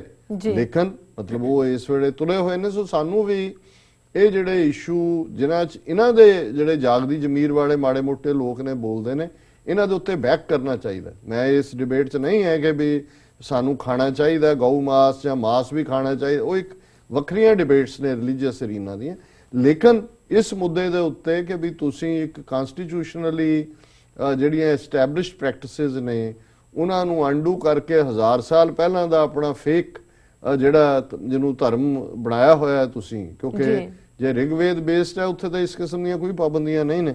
ਸੋ ਕਾਟਜੂ ਨੇ ਨੈਕਸਟ ਕਿਹਾ ਹੈ, he assertively writes there should be a freedom to eat what one wants in a free democratic country, ਕਿ ਆਜ਼ਾਦ ਲੋਕਤੰਤਰੀ ਦੇਸ਼ ਦੇ ਵਿੱਚ ਜੋ ਕੋਈ ਚਾਹੇ ਉਹਨੂੰ ਖਾਣ ਦਾ ਹੱਕ ਹੋਣਾ ਚਾਹੀਦਾ। After Maharashtra beef sale banned in Haryana, taking a dig at BJP government for banning beef in Maharashtra, he said that it makes us a laughing stock before the whole world by displaying our backward feudal mindset। ਜਦੋਂ ਇਸ ਕਿਸਮ ਦੀਆਂ ਗੱਲਾਂ ਆਉਂਦੀਆਂ ਨੇ ਔਰ ਸਾਡਾ ਇਹ ਫਿਊਡਲ ਜ਼ਗੀਰਦਾਰਾਂ ਵਾਲਾ ਮਾਈਂਡਸੈਟ ਹੈ, ਅਸੀਂ ਬਾਹਰ ਸਾਡੇ ਜੋਕ ਬਣਦੇ ਨੇ। ਔਰ ਕੱਲ ਆਲਰੇਡੀ BBC ਦੀ ਇੱਕ ਸਟੋਰੀ ਸੀ, ਹੁਣ ਇੰਡੀਆ ਦੁਨੀਆ ਦਾ ਸਭ ਤੋਂ ਵੱਡਾ ਬੀਫ ਐਕਸਪੋਰਟਰ ਕੰਟਰੀ ਸੀ ਹੁਣ ਤੱਕ। ਵਾਜਪਾਈ ਦੀ ਸਰਕਾਰ ਵੀ ਰਹੀ 3 ਵਾਰ, ਉਦੋਂ ਨਹੀਂ ਨਜ਼ਰ ਆਇਆ ਇਹਨਾਂ ਨੂੰ ਕਿ ਬਈ ਤੁਸੀਂ ਉੱਥੇ ਕਹਿੰਦੇ ਹੋ ਜੀ ਅਸੀਂ ਕਰਨ ਨਹੀਂ ਦੇਣਾ, ਤਾਂ ਉਹਨਾਂ ਨੂੰ ਹੀ ਮਾਰ ਕੇ ਐਕਸਪੋਰਟ ਕਰਕੇ ਉਹਦੇ ਪੈਸੇ ਜਿਹੜੇ ਨੇ ਆਪਣੀ ਫੋਰਨ ਐਕਸਚੇਂਜ ਪਾ ਰਹੇ ਜੀ। ਔਰ ਹੁਣ ਇਹ ਸੀ ਕਿ ਵੀ ਬ੍ਰਾਜ਼ੀਲ ਜਿਹੜਾ ਉਹ ਜੋ ਇਹ ਚੱਲ ਰਿਹਾ ਹੈ ਉਹ ਬਣ ਸਕਦਾ। ਔਰ ਦੂਸਰੀ ਗੱਲ ਜਿਹੜੇ ਸਭ ਤੋਂ ਵੱਡੇ ਬਣੇ ਹੋਏ ਨੇ ਹਿੰਦੂ ਗਊ ਰਕਸ਼ਕ, 70% ਜਿਹੜਾ ਬੀਫ ਨਾਲ ਰਿਲੇਟਡ ਬਿਜ਼ਨਸ ਹੈ, ਮਾਰਨ ਦਾ, ਭੇਜਣ ਦਾ, ਸਲੌਟਰ ਹਾਊਸਿਸ, ਐਕਸਪੋਰਟ ਦਾ ਹਿੰਦੂਆਂ ਦੇ ਕੋਲ ਹੈ। ਹੁਣ ਜੇ ਉਹਨਾਂ ਨੂੰ ਇਹ ਸੂਟ ਕਰਦਾ, ਇਹ ਸਿਰਫ ਇੱਕ ਪੋਲੀਟੀਕਲ ਸਲੋਗਨੀਅਰਿੰਗ ਹੈ ਤਾਂ ਕਿ ਹਿੰਦੂਆਂ ਮੁਸਲਮਾਨਾਂ ਦੇ ਵਿੱਚ ਇਹ ਇਵੇਂ ਪ੍ਰੈਜ਼ੈਂਟ ਕੀਤਾ ਜਾ ਰਿਹਾ ਕਿ ਬੀਫ ਜਿਵੇਂ ਸਿਰ ਮੁਸਲਮਾਨ ਖਾਂਦੇ ਨੇ। ਔਰ ਜਦੋਂ ਹੁਣ ਇਹ ਤਾਮਿਲਨਾਡੂ ਜਾਂ ਵੈਸਟ ਬੰਗਾਲ ਜਾਂ ਨਾਰਥ ਈਸਟ ਦੀ ਗੱਲ ਆਉਂਦੀ ਹੈ, ਇਹਨਾਂ ਫੈਕਟਸ ਨੂੰ ਲੁਕਾਉਣ ਦੀ ਕੋਸ਼ਿਸ਼ ਕਰਦੇ ਨੇ। ਔਰ ਜਸਟਿਸ ਕਾਟਜੂ ਨੇ ਇਹਨਾਂ ਨੂੰ ਹਾਈਲਾਈਟ ਕੀਤਾ। ਫਿਰ ਇਹਨੇ ਇੱਕ ਗੱਲ ਹੋਰ ਬੜੀ ਜਸਟੀਫਾਈਂਗ ਕਹੀ, justifying his stand and swiping at BJP, Katju writes, people who make a hue and cry against cow slaughter are not at all bothered by the suffering of tens of thousands of cows which are not properly fed. He asked why these cattle are left to fend for themselves when they grow old and become non-productive. ਉਹਨੇ ਕਿਹਾ ਵੀ ਇਹ ਜਿਨ੍ਹਾਂ ਨੇ ਸਭ ਤੋਂ ਵੱਡਾ ਰੌਲਾ ਪਾਇਆ ਹੋਇਆ ਹੈ, ਇਹ ਹਜ਼ਾਰਾਂ ਜਿਹੜੀਆਂ ਗਊਆਂ ਨੇ ਉਹਨਾਂ ਨੂੰ ਤਾਂ ਪ੍ਰੋਪਰ ਫੂਡ ਵੀ ਨਹੀਂ ਦਿੰਦੇ ਹੈ ਜੀ। ਔਰ ਜਦੋਂ ਉਹ ਬੁੱਢੀਆਂ ਹੋ ਜਾਂਦੀਆਂ ਨੇ ਜਾਂ ਦੂਜੀਆਂ ਉਹਨਾਂ ਨੂੰ ਅਵਾਰਾ ਬਣਾ ਕੇ ਛੱਡ ਦਿੰਦੇ ਨੇ। ਸੋ ਕੁੱਲ ਮਿਲਾ ਕੇ ਹਾਲਾਂ ਇਹਦੇ ਤੇ ਹੋਰ ਵੀ ਕਮੈਂਟ ਹੈ ਕਿ ਵੀ ਉਹਨੇ ਕਿਹਾ ਕਿ I regret to say that such bans are nowadays more political considerations than anything else. ਫਿਰ ਉਹਨੇ ਮਹਾਰਾਸ਼ਟਰ ਦੇ ਐਕਟ ਦੀ ਕੋਟ ਕੀਤਾ ਕਿ ਐਨੀਮਲ ਪ੍ਰੀਜ਼ਰਵੇਸ਼ਨ ਐਕਟ 1976 ਪਹਿਲਾਂ ਹੀ ਸੀ ਜਿਹਦੇ ਥੱਲੇ ਕਾਊ ਦੇ ਸਲੌਟਰ ਤੇ ਪਾਬੰਦੀ ਸੀ, ਪਰ ਹੁਣ ਸਾਰੀ ਗਾਂ ਫੈਮਿਲੀ ਨੂੰ ਇਹਦੇ 'ਚ ਐਡ ਕਰਨ ਦਾ ਮਤਲਬ ਇਹ ਹੈ ਕਿ ਇਹ ਇਹਦੇ ਚੋਂ ਘਟੀਆ ਪੋਲੀਟੀਕਲ ਮਾਈਲੇਜ ਲੈਣਾ ਚਾਹੁੰਦੇ ਨੇ। ਔਰ ਜਿਹੜੀ ਈਵਨ ਅੰਬੇਦਕਰ ਦੇ ਹਵਾਲੇ ਨਾਲ ਖਬਰ ਹੀ BBC ਦੀ ਹੈ, ਉਹ ਇਹ ਹੈ ਕਿ ਪ੍ਰਾਚੀਨ ਕਾਲ 'ਚ ਹਿੰਦੂ ਗਾਂ ਮਾਸ ਖਾਂਦੇ ਸੀ ਔਰ ਉਹਦੇ 'ਚ ਉਹਨਾਂ ਨੇ ਇਸ ਉਹਨਾਂ ਦੀ ਜਿਹੜੀ ਕਿਤਾਬ ਹੈ ਇੱਕ ਕਿ ਅਛੂਤ ਕੌਣ ਸੀ ਤੇ ਅਛੂਤ ਕਿਉਂ ਬਣੇ, ਉਹਦੇ 'ਚ ਉਹਨਾਂ ਨੇ ਬੜੇ ਵੇਰਵੇ ਦੇ ਨਾਲ ਦਿੱਤਾ ਹੈ। ਉਹਨਾਂ ਨੇ ਇਹ ਕਿਹਾ ਕਿ ਜੀ ਰਿਗਵੇਦ 'ਚ ਔਰ ਦੂਸਰੇ 'ਚ ਇਸ ਲਈ ਗਾਂ ਮਾਸ ਜਾਂ ਅਸੀਂ ਵੀ ਜ਼ਿਕਰ ਕੀਤਾ ਸੀ ਕਿ ਜਿਵੇਂ ਅਸ਼ਵਮੇਘ ਯੱਗ ਹਾਥੀ ਨੂੰ ਮਾਰਿਆ ਜਾਂਦਾ ਸੀ, ਗौ ਮੇਘ 'ਚ ਗਾਂ ਨੂੰ ਮਾਰਿਆ ਜਾਂਦਾ ਸੀ, ਔਰ ਗौ ਮੇਘ, ਗੱਜ ਮੇਘ, ਅਸ਼ਵਮੇਘ 'ਚ ਘੋੜੇ ਨੂੰ ਮਾਰਿਆ ਜਾਂਦਾ ਸੀ ਜੀ। ਔਰ ਇਹਦੇ 'ਚ ਜਿਹੜੀ ਗੱਲ ਮੈਨੂੰ ਨਵੀਂ ਪਤਾ ਲੱਗੀ ਅੰਬੇਦਕਰ ਦੀ ਲਿਖਤ ਤੋਂ, ਉਹਨਾਂ ਨੇ ਕਿਹਾ ਕਿ ਜੀ ਕਿਉਂਕਿ ਇਹਨਾਂ ਨੂੰ ਪਵਿੱਤਰ ਮੰਨਿਆ ਜਾਂਦਾ ਸੀ ਇਸ ਲਈ ਇਹਨਾਂ ਨੂੰ ਮਾਰਿਆ ਜਾਂਦਾ ਸੀ, ਕਿਉਂਕਿ ਇਹਨਾਂ ਦਾ ਮਾਸ ਖਾਣਾ ਇੱਕ ਪਵਿੱਤਰ ਗੱਲ ਹੈ। ਔਰ ਹਿੰਦੀ 'ਚ ਉਹਨਾਂ ਨੇ ਕਿਹਾ ਕਿ ਵੀ ਇਹ ਪੀਵੀ ਕਾਣੇ ਇੱਕ ਬੜਾ ਵੱਡਾ ਸਕਾਲਰ ਹੋਇਆ ਹਿੰਦੂ ਧਰਮ ਸ਼ਾਸਤਰਾਂ ਦਾ, ਉਹਨਾਂ ਨੇ ਕਿਹਾ ਜੀ ਉਹਦੇ 'ਚ ਵੀ ਪਵਿੱਤਰ ਮੰਨਿਆ ਸੀ ਗਾਂ ਨੂੰ ਵੈਦਿਕ ਕਾਲ 'ਚ, ਔਰ ਇਹੀ ਕਾਰਨ ਸੀ ਕਿ ਉਸ ਦੀ ਪਵਿੱਤਰਤਾ ਕਰਕੇ ਉਹਨੂੰ ਖਾਣ ਦਾ ਵਿਧਾਨ ਸੀ। ਉਹਨੇ ਕਿਹਾ ਜੀ ਇਹ ਪਵਿੱਤਰ ਹੈ ਤੇ ਤੁਸੀਂ ਖਾਓਗੇ ਤਾਂ ਤੁਸੀਂ ਵੀ ਪਵਿੱਤਰ ਹੋਵੋਗੇ। ਹੁਣ ਆਰਗੂਮੈਂਟ ਉਹੀ ਹੈ, ਲੇਕਿਨ ਕਿਸ ਤਰੀਕੇ ਨਾਲ ਉਹਨੂੰ ਕੀਤਾ ਗਿਆ, ਡੈਫਰ ਕੀਤਾ ਗਿਆ। ਫਿਰ ਅੰਬੇਦਕਰ ਨੇ ਕਿਹਾ ਕਿ ਰਿਗਵੇਦ ਕਾਲ 'ਚ ਆਰੀਆ ਜਿਹੜੇ ਨੇ ਖਾਣ ਲਈ ਗਾਂ ਨੂੰ ਮਾਰਦੇ ਸੀ, ਔਰ ਇਹਦੇ ਲਈ ਉਹਨਾਂ ਨੇ ਫਿਰ ਰਿਗਵੇਦ ਦੇ ਕਈ ਸ਼ਲੋਕ ਸਪਸ਼ਟ ਕੀਤੇ ਨੇ। ਰਿਗਵੇਦ ਦਾ 10, 86, 14 ਉਹਦੇ 'ਚ ਉਹਨਾਂ ਨੇ ਇੰਦਰ ਨੂੰ ਕੋਟ ਕੀਤਾ ਹੈ ਕਿ ਉਹਨਾਂ ਨੇ ਕਿਹਾ ਕਿ ਉਹਨਾਂ ਨੇ ਇੱਕ ਵਾਰ 5 ਤੋਂ ਜ਼ਿਆਦਾ ਬੈਲ ਤੇ ਗਾਵਾਂ ਪਕਾਈਆਂ। ਇਹ ਰਿਗਵੇਦ ਦਾ ਹਵਾਲਾ ਦਿੱਤਾ ਉਹਨਾਂ ਨੇ ਜੀ। ਔਰ ਫਿਰ ਉਹਨਾਂ ਨੇ ਕਿਹਾ ਕਿ ਅੱਗ ਦੇ ਲਈ ਘੋੜੇ, ਬੈਲ, ਸਾਂਢ, ਬਾਂਝ ਗਾਵਾਂ, ਭੇਡਾਂ ਦੀ ਬਲੀ ਦਿੱਤੀ ਗਈ। ਫਿਰ ਰਿਗਵੇਦ ਦਾ ਉਹਨਾਂ ਨੇ ਇੱਕ ਸ਼ਲੋਕ ਦਾ ਹਵਾਲਾ ਦਿੱਤਾ ਹੈ ਕਿ ਗਾਂ ਨੂੰ ਤਲਵਾਰ ਜਾਂ ਕੁਹਾੜੀ ਦੇ ਨਾਲ ਮਾਰਿਆ ਜਾਂਦਾ ਸੀ। ਫਿਰ ਅਤਿਥੀ ਦੇ ਲਈ ਕਿ ਵੀ ਉਹ ਸਾਰੇ ਕਾਲ ਦੇ ਵਿੱਚ, ਵੈਦਿਕ ਕਾਲ ਦੇ ਵਿੱਚ ਜਦੋਂ ਕੋਈ ਮਹਿਮਾਨ ਆਂਦਾ ਸੀ, ਉਹਦੇ 'ਚ ਅੰਬੇਦਕਰ ਨੇ ਹਵਾਲਾ ਦਿੱਤਾ ਕਿ ਤ੍ਰੈਤੀਆ ਬ੍ਰਾਹਮਣ 'ਚ ਬੈਲ ਤੇ ਗਾਂ ਦੀ ਬਲੀ ਦਾ ਉਲੇਖ ਵੀ ਹੈ। ਔਰ ਇਹ ਵੀ ਕਿਹਾ ਗਿਆ ਕਿ ਵੀ ਵਿਸ਼ਨੂੰ ਨੂੰ ਔਰ ਕਿਸ ਤਰ੍ਹਾਂ ਦੀ ਬਲੀ ਦੇਣੀ ਚਾਹੀਦੀ ਹੈ। ਵਿਸ਼ਨੂੰ ਨੂੰ ਬਲੀ ਚੜਾਉਣ ਦੇ ਲਈ ਬੌਨਾ ਬੈਲ, ਜਿਹੜਾ ਛੋਟੇ ਹਾਈਟ ਦਾ ਬੈਲ ਹੋਏ। ਵ੍ਰਿਤਰਾਸੁਰ ਤੇ ਸਹਾਰਕ ਦੇ ਰੂਪ 'ਚ ਇੰਦਰ ਨੂੰ ਜਿਹੜੀ ਬਲੀ ਦੇਣੀ ਹੈ ਉਹ ਲਟਕਦੇ ਸਿੰਘ ਵਾਲੇ, ਜਿਹਦੇ ਸਿੰਘ ਲਟਕਦੇ ਹੁੰਦੇ ਨੇ, ਉਸ ਬੈਲ ਤੇ ਜਿਹਦੇ ਮੱਥੇ ਦੇ ਉੱਤੇ ਚਮਕਦਾ, ਜਿਹੜੀ ਸਾਂਢ ਦੇ ਮੱਥੇ ਤੇ ਚਮਕ ਹੈ ਉਹ, ਤੇ ਪੁਸ਼ਨ ਦੇ ਲਈ ਕਾਲੀ ਗਾਂ ਦਾ ਬਲੀਦਾਨ ਦਿੱਤਾ ਜਾਂਦਾ ਸੀ, ਉਹਨੂੰ ਖਾਧਾ ਜਾਂਦਾ ਸੀ। ਉਹ ਰੁਦਰ ਦੇ ਲਈ, ਜਿਵੇਂ ਹੁਣ ਰੁਦਰਾਕਸ਼ ਦੀ ਮਾਲਾ ਵੀ ਪਾਈ ਹੁੰਦੀ ਹੈ, ਉਹ ਰੈੱਡ ਹੁੰਦੀ ਹੈ, ਰੁਦਰ ਦੇ ਲਈ ਲਾਲ ਗਾਂ ਜਿਹੜੀ ਹੈ ਉਹ ਮਾਰੀ ਜਾਂਦੀ ਸੀ, ਉਹਦੀ ਬਲੀ ਦਿੱਤੀ ਜਾਂਦੀ ਸੀ ਜੀ। ਔਰ ਫਿਰ ਕੋਟ ਕੀਤਾ ਅੰਬੇਦਕਰ ਨੇ ਕਿ ਤ੍ਰੈਤੀਆ ਬ੍ਰਾਹਮਣ 'ਚ ਇੱਕ ਹੋਰ ਬਲੀ ਦਾ ਉਲੇਖ ਹੈ ਜਿਹਨੂੰ ਪੰਜ ਸਦੀਏ ਸੇਵਾ ਕਿਹਾ ਜਾਂਦਾ ਸੀ, ਤੇ ਇਹਦੇ 'ਚ 5 ਸਾਲ ਦੇ ਬਗੈਰ ਕੂਬੜ ਵਾਲੇ 17 ਬੌਨੇ ਬੈਲਾਂ ਦਾ ਬਲਿਦਾਨ ਦਿੱਤਾ ਜਾਂਦਾ ਸੀ। ਔਰ ਇਸੇ ਤਰ੍ਹਾਂ 3 ਸਾਲ ਦੀਆਂ ਬੌਣੀਆਂ ਬੱਚੀਆਂ ਦਾ ਬਲਿਦਾਨ ਵੀ, ਉਹ ਬਿਲਕੁਲ ਉਹਨਾਂ ਨੇ ਸ਼ਲੋਕ ਰਿਗਵੇਦ ਦੇ ਕੱਟ ਕੇ ਕੋਟ ਕੀਤਾ। ਫਿਰ ਉਹਨਾਂ ਨੇ ਕਿਹਾ ਕਿ ਮਧੂਪਰਕ ਨਾਂ ਦਾ ਇੱਕ ਵਿਅੰਜਨ, ਇੱਕ ਜਿਹੜੀ ਡਿਸ਼ ਤਿਆਰ ਕੀਤੀ ਜਾਂਦੀ ਸੀ ਰਿਗਵੇਦ ਦੇ ਪੀਰੀਅਡ, ਜਿਸ ਦੇ ਵਿੱਚ ਉਹਨਾਂ ਨੇ ਕਿਹਨਾਂ ਨੂੰ ਇਹ ਡਿਸ਼ ਖਾਸ ਤੌਰ ਤੇ ਖਵਾਈ ਜਾਂਦੀ ਸੀ। ਰਿਤੀਵਜ ਜਾਂ ਬਲੀ ਦੇਣ ਵਾਲੇ ਬ੍ਰਾਹਮਣ, ਜਿਹੜੇ ਰਿਸ਼ੀ ਨੇ ਜਾਂ ਜਿਹੜੇ ਬ੍ਰਾਹਮਣਾਂ ਨੇ ਬਲੀ ਦੇਣੀ ਹੈ ਔਰ ਉਹ ਹਵਨ ਪੜ ਰਹੇ ਨੇ ਮੰਤਰ, ਉਹਨਾਂ ਨੂੰ ਉਹ ਗਾਂ ਮਾਸ ਦਾ ਵਿਅੰਜਨ। ਆਚਾਰਿਆ ਸ਼ਿਕਸ਼ਕ, ਜਿਹੜੇ ਲੋਕ ਵਿਦਿਆ ਦਿੰਦੇ ਸੀ ਸੰਸਕ੍ਰਿਤ ਦੀ, ਉਹਨਾਂ ਨੂੰ। ਦੂਲਾ, ਜਿਹੜਾ ਵਿਆਹ ਦੇ ਲਈ ਚੱਲਿਆ, ਉਹਨੂੰ ਉਹ ਸਪੈਸ਼ਲ ਜਿਹੜਾ ਗਾਂ ਮਾਸ ਵਾਲਾ ਵਿਅੰਜਨ ਖਵਾਇਆ ਜਾਂਦਾ। ਰਾਜਾ, ਬਾਦਸ਼ਾਹ ਨੂੰ। ਸਨਾਤਕ ਸਕਾਲਰ ਹੁੰਦਾ ਹੈ ਜਾਂ ਜਿਹੜਾ ਪੜ੍ਹਾਈ ਕਰ ਰਿਹਾ ਹੈ। ਔਰ ਮੇਜ਼ਬਾਨ ਦੇ ਲਈ, ਮੇਜ਼ਬਾਨ ਨੂੰ ਪਿਆਰਾ ਕੋਈ ਵੀ ਵਿਅਕਤੀ ਕਿ ਜਿਹਨੇ ਇਹ ਉਹ ਰੱਖਿਆ ਫੰਕਸ਼ਨ, ਉਹਨੂੰ ਜਿਹੜਾ ਵੀ ਉਹਦਾ ਬਹੁਤ ਲਵਡ ਵਨ ਹੈ, ਉਹਨੂੰ ਇਹ ਵਿਅੰਜਨ ਪਰੋਸਿਆ ਜਾਂਦਾ ਸੀ। ਔਰ ਉਹਦੇ 'ਚ ਜਿਹੜਾ ਮਧੂਪਰਕ ਦੇ ਵਿੱਚ ਇਹ ਕਿਹਾ ਕਿ ਵੀ ਉਹਦੇ 'ਚ ਮਾਸ ਖਾਸ ਤੌਰ ਤੇ ਗਾਂ ਦਾ ਮਾਸ ਹੁੰਦਾ ਸੀ। ਮਹਿਮਾਨਾਂ ਦੇ ਲਈ ਗਾਂ ਨੂੰ ਮਾਰਿਆ ਜਾਣਾ ਇੰਨਾ ਵੱਧ ਗਿਆ ਸੀ ਕਿ ਮਹਿਮਾਨਾਂ ਦੇ ਲਈ ਸ਼ਬਦ ਹੀ ਜਿਹੜਾ ਉਹ ਗੋ ਘਨ, ਜਿਹਦਾ ਮਤਲਬ ਸੀ ਕਿ ਗਾਂ ਦਾ ਹਥਿਆਰ ਹੈ, ਕਿ ਭਾਈ ਇਹ ਮਹਿਮਾਨ ਇੰਨੇ ਤੁਰੇ ਆਉਂਦੇ ਨੇ ਵੀ ਸਾਨੂੰ ਗਾਂ ਮਾਰਨੀ ਪੈਂਦੀ ਹੈ। ਸੋ ਇਹ ਬਾਕੀ ਉਹਨਾਂ ਨੇ ਅਗਲੀ ਹੋਰ ਵੀ ਕੋਟ ਕੀਤਾ ਹੈ। ਫਿਰ ਇਨਫੈਕਟ ਇਹ ਜਿਹੜਾ ਅਹਿੰਸਾ ਦਾ ਕਨਸੈਪਟ ਬੁੱਧ ਦੇ ਨਾਲ ਆਇਆ, ਉਹਦੇ ਥੱਲੇ ਬਹੁਤ ਸਾਰੀਆਂ ਚੀਜ਼ਾਂ ਬਦਲੀਆਂ। ਸੋ ਅਗੇਨ ਅਸੀਂ ਆਪਣੀ ਇਸ ਡਿਸਕਸ਼ਨ ਤੋਂ ਆਪਣੇ ਆਪ ਨੂੰ ਇਸ ਲਈ ਵੀ ਡਿਸਕਲੇਮਰ ਦਿੰਦੇ ਹਾਂ ਕਿ ਇਹਦੇ ਆਧਾਰ ਤੇ ਕੋਈ ਸਾਡੇ ਵਿਊਜ਼ ਇੰਡੀਵਿਜੂਅਲੀ ਅਸੀਂ ਸਮਝਦੇ ਹਾਂ ਕਿ ਇਹ ਪਾਰਟ ਪੋਲੀਟੀਕਲੀ ਇੰਪੋਰਟੈਂਟ ਹੈ, ਕਿਉਂਕਿ ਜਿਸ ਤਰੀਕੇ ਨਾਲ ਹਿੰਦੂਤਵਾ ਵਾਲਿਆਂ ਨੇ ਗਊ ਵੱਧ ਨੂੰ ਇੱਕ ਹਿੰਦੂਤਵਾ ਦਾ ਪਿਲਰ ਬਣਾ ਕੇ ਬਾਕੀ ਸਾਰੀਆਂ ਮਾਈਨੋਰਿਟੀਜ਼ ਨੂੰ ਔਰ ਦਲਿਤ ਵਰਗ ਨੂੰ ਔਰ ਗਰੀਬ ਵਰਗ ਨੂੰ ਜਿਹੜਾ ਉਹ ਬਿਲਕੁਲ ਦਬਾਣਾ ਸ਼ੁਰੂ ਕੀਤਾ ਹੋਇਆ ਹੈ, ਇਹ ਚੈਲੰਜ ਹੋਣਾ ਚਾਹੀਦਾ ਹੈ ਹਰ ਪੈਰ ਦੇ ਉੱਤੇ, ਹਰ ਕਦਮ ਦੇ ਉੱਤੇ। ਜਿਹੜਾ ਵੀ ਇਹਨਾਂ ਦਾ ਏਜੰਡਾ ਹਿੰਦੂਤਵਾ ਨੂੰ ਲਾਗੂ ਕਰਦਾ ਹੈ, ਅਸੀਂ ਉਸ ਦੇ ਖਿਲਾਫ ਹੈ। ਔਰ ਅਸੀਂ ਉਹ ਡਾਲਸ ਦੀ ਗੈਦਰਿੰਗ 'ਚ ਇੱਕ ਵੀਰ ਜਿਹੜੇ ਚੰਗੇ ਹਾਸਰਸੀ ਨੇ, ਸਰੀ ਤੋਂ ਆਏ ਹੋਏ ਸੀ, ਉਹਨਾਂ ਨੇ ਕਹਾਣੀ ਸੁਣਾਈ। ਉਹਨਾਂ ਨੂੰ ਕੋਈ ਪੁੱਛਿਆ ਸਵਾਲ ਕਿ ਜਿਹਦੇ ਬਾਰੇ ਕੀ ਹੈ, ਉਹ ਕਹਿੰਦਾ ਜੀ ਸ਼ਹਿਰ ਦੇ ਲਾਲੇ ਇਕੱਠੇ ਹੋ ਕੇ ਇੱਕ ਵੱਡੇ ਬੌਲਦ ਦੇ ਨਾ ਸੰਡੇ ਦੇ ਮਗਰ ਪਏ ਸੀ, ਉਹਨੂੰ ਦੌੜਾ ਰਹੇ ਸੀ, ਸੰਡਾ ਵੀ ਕਰ ਰਿਹਾ ਸੀ ਉਹਨੂੰ। ਤੇ ਇੱਕ ਸਧਾਰਨ ਪਿੰਡੂ ਕਿਸਾਨ ਆਇਆ, ਉਹਨੇ ਪੁੱਛਿਆ ਜੀ ਇਹ ਲਾਲੇ ਕਿਉਂ ਨੇ, ਕੀ ਕਰ ਰਹੇ ਨੇ? ਕਹਿੰਦਾ ਜੀ ਇਹ ਸੰਡੇ ਨੂੰ ਮਾਰਨਾ ਚਾਹੁੰਦੇ ਨੇ, ਉਹਦੇ ਖਿਲਾਫ ਨੇ। ਤੇ ਉਹਨੂੰ ਕਿਹਾ ਕਿ ਤੂੰ ਜੁਆਇਨ ਕਰੋ, ਕਹਿੰਦਾ ਨਹੀਂ ਮੈਂ ਸੰਡੇ ਦੇ ਨਾਲ ਆ।